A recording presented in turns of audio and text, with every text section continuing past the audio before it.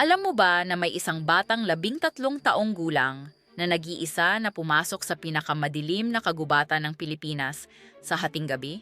Sa malalim na gabi, nakatayo si Barok sa gilid ng kagubatan. Nanginginig ang kanyang mga tuhod. Tahimik na tahimik ang paligid. Parang may mga matang nakatingin sa kanya mula sa dilim. Pero pumasok pa rin siya. Siya si Barok.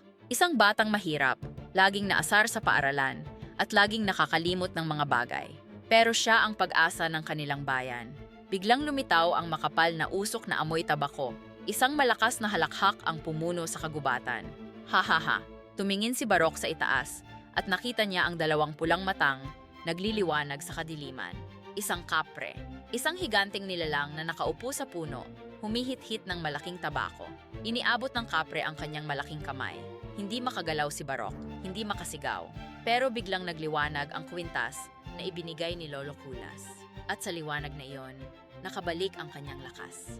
Tumakbo siya ng buong lakas. At pagkatapos, sa gitna ng katahimikan, narinig niya ang iyak ng isang sanggol.